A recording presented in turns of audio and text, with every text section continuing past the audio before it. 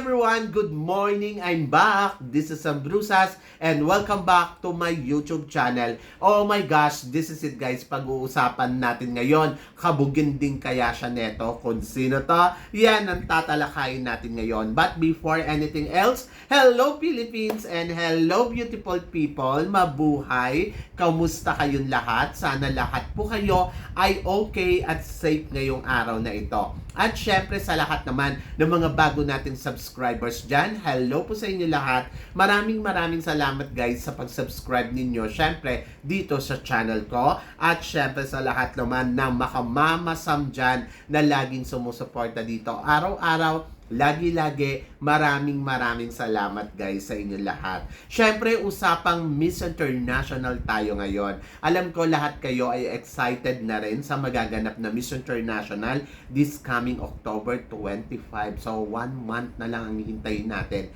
at magsisimula na ang bakbakan dito sa Miss International. Ang tanong, sino kaya ang kakabog sa mga kandidata ngayon na maglalahok dito sa Miss International? Syempre, kaabang-abang yung pambato natin na si Nicole Borromeo dahil oh my God, 1 taon din ang hinintay nito. Kumbaga napanis na rin, 'di ba? So, medyo nananahimik kayo si Nicole, no? Hindi tayo nakakaramdam ng kahit ano sa kanya.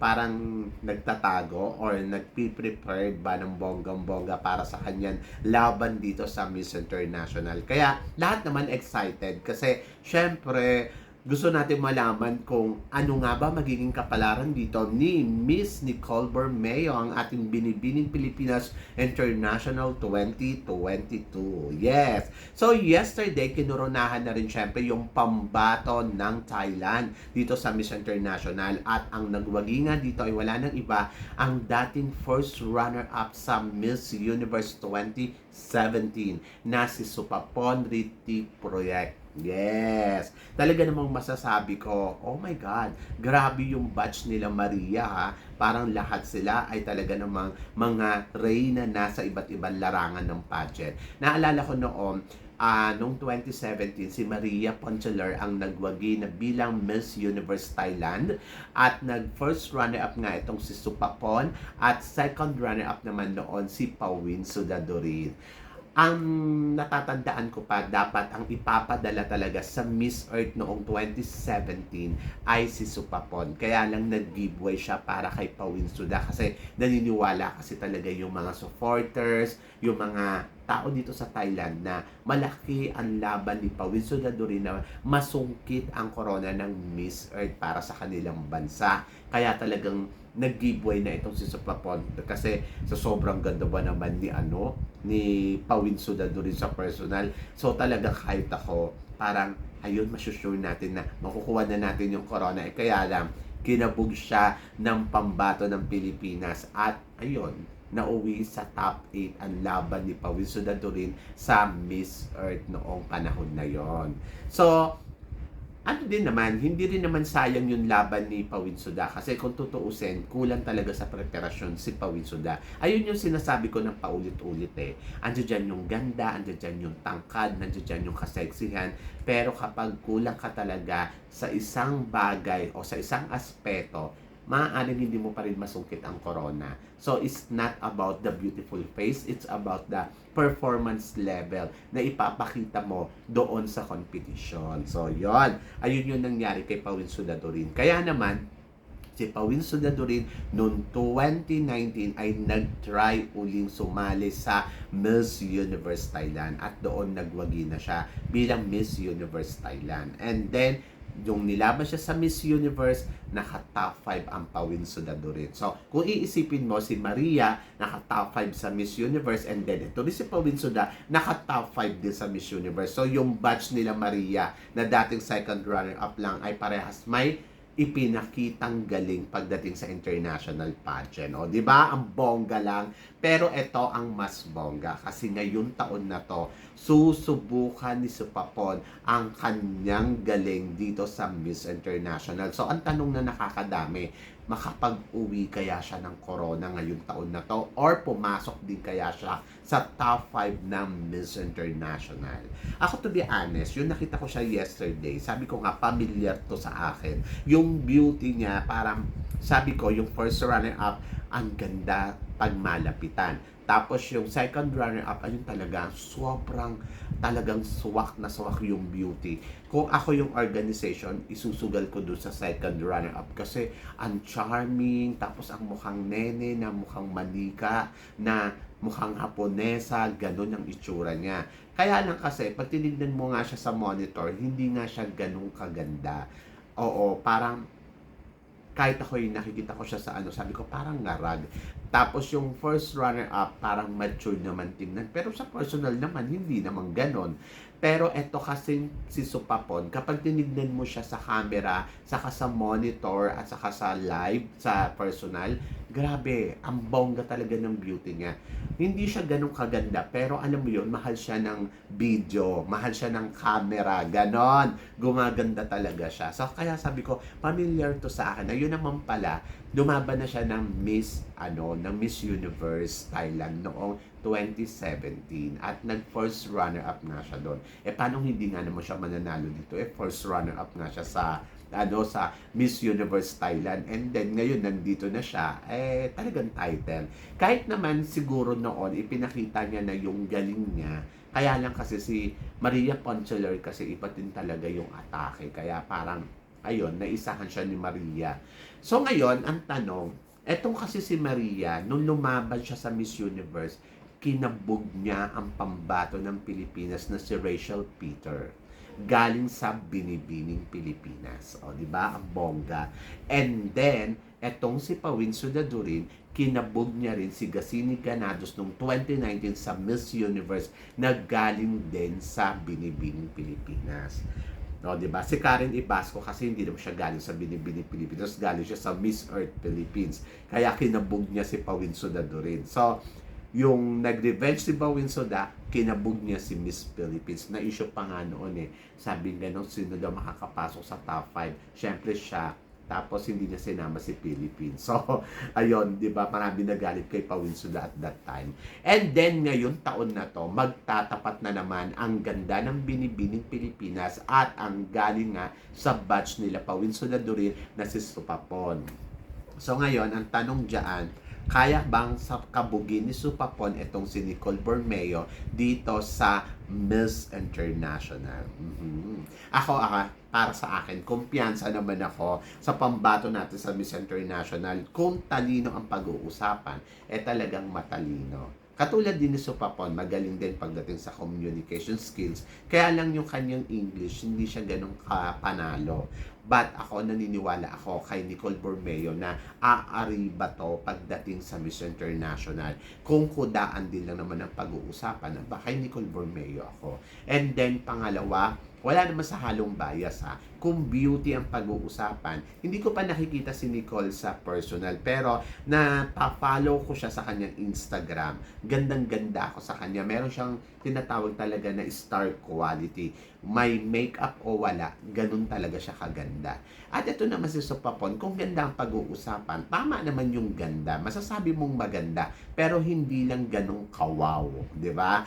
Kasi syempre pag sa Miss International, kailangan meron kang extravaganza na tinatawag talaga na beauty. Yung tipong mapapawaw sa'yo, di ba? So, yon. So, ako feeling ko, yung tangkad, matangkad tong si Supapon. Parang feeling ko, doon niya matatalo si Nicole Bormeo. Pero parang pagdating sa performance level, I think si Nicole Bormeo, grabe yung performance na meron to. Pero kasi sana, hindi dapat si Nicole Bormeo umatake na parang, alam mo yun, maalam Miss Universe. Dapat umatake siya na parang Miss International. So, dapat soft lang yung beauty, soft lang yung galawan, and then at the same time, dapat nandoon, makikita sa kanya yung pagiging elegante. Kasi ako nakita ko kasi itong Miss International na dalawa, noong gabi ng Miss International Thailand, sabi ko nga, ang hinahanap talaga sa Miss International, soft beauty, no? Tapos, kailangan barbihan yung itsura mo.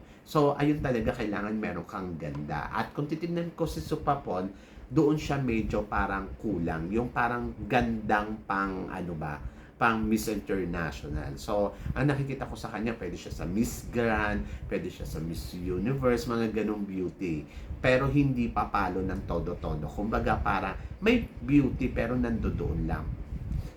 Ba't hindi natin alam kung anong paghahandang gagawin niya para sa Miss International? For sure, ititrain siya ng nanalong Miss International Thailand sa Miss International, di ba? And then, doon natin malalaman kung anong transformation ang gagawin nila pagdating dito sa competition. Kasi dito pa lang sa Miss Thailand International, ay talaga naman nakita din naman natin kung paano siya nakipagsabayan sa mga kandidata dito. At nakita natin kung anong laro na meron siya. So parang feeling ko makikipaglaro din siya dito sa Miss International. So alam nila dapat soft lang yung color, dapat nandoon lang na talaga soft lang yung galawan. So marunong yung organization ng Miss Thailand International ngayong taon na to. Kasi bago to So ngayon, si Supapon, parang feeling ko mag-under training talaga to. And then si Nicole Bormeo naman, ang laban naman ni Nicole Bormeo, syempre isang taon na rin naman siya nagpiprepare. For sure, nahanda niya na yung sarili niya ng todo-todo sa lahat ng aspeto na dapat niyang ipakita dito sa Miss International. At doon naman ako kumpiyansa sa kanya. Kasi sa lahat naman talaga ng kandidata na lalakok dito sa Miss International, siya yata yung pinakamatagal na, alam mo yon, paghahanda. So, yung dumating kasi si Jasmine sa Pilipinas, tapos nagsama si Nicole Bormeo. Kung tutusin, silang dalawa dapat yung nagkalaban, di ba? Silang dalawa dapat yung co-contestant doon sa Miss International. Kaya lang, si Hannah Arnold ang ipinadala natin.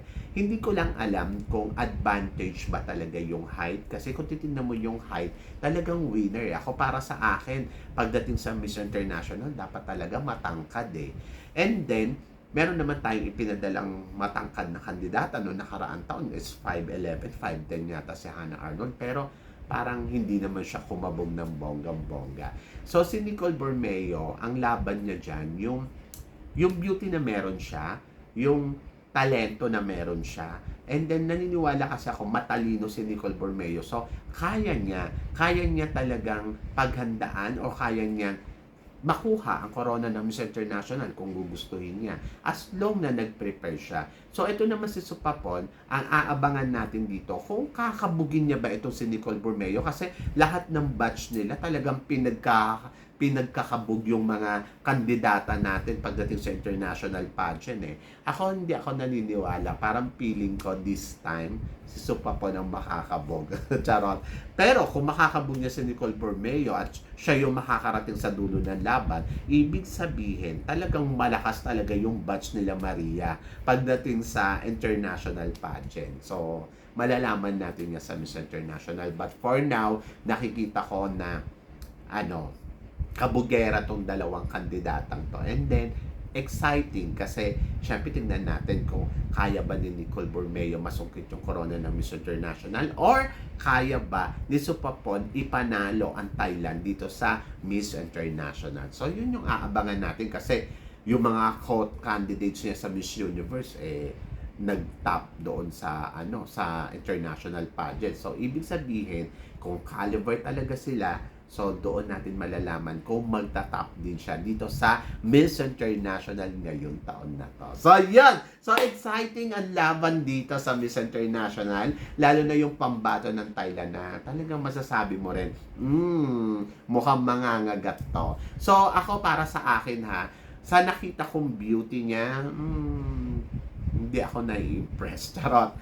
Kasi parang feeling ko, marami din naman malalakas na kandidata talaga sa Miss International ngayong taon na to. And then parang yung height niya, yun I think ngayon yung bala niya pagdating dito sa competition. Kasi yun talaga yung makakapagbigay sa kanya ng extravaganza, yung height.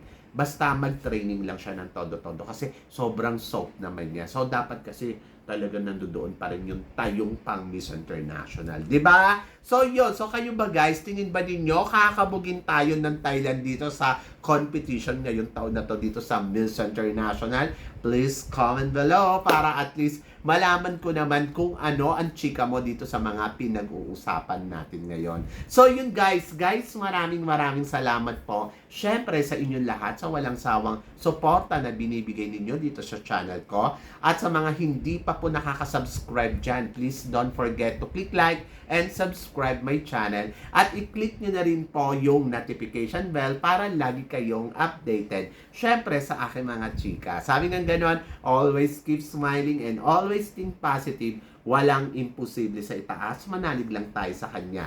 Kaya guys, hanggang dito na lang. Hanggang sa muli nating chikahan! See you tomorrow. Thank you guys. Paalam.